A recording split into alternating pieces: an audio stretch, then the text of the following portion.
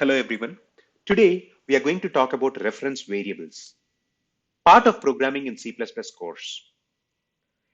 Reference variables in C++ are a type of variable that provides an alternative name for an existing variable.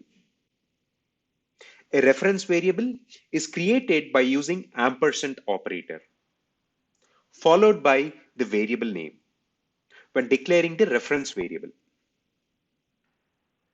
Reference variables are used to pass data to a function by reference, which means that changes made to the reference variable within the function are reflected in the original data outside of the function.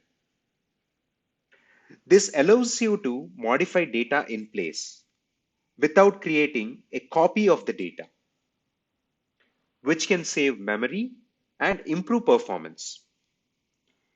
Here is an example of passing data by reference in C++. In this code, the increment function takes an int reference argument x and increments it by 1. When the function is called with a as an argument, the reference x is bound to a.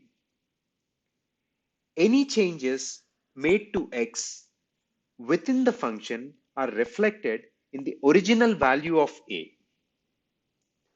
The output of the code is the value of a is 6, showing that the original value of a has been incremented by 1. Hope this was helpful. Thank you for watching.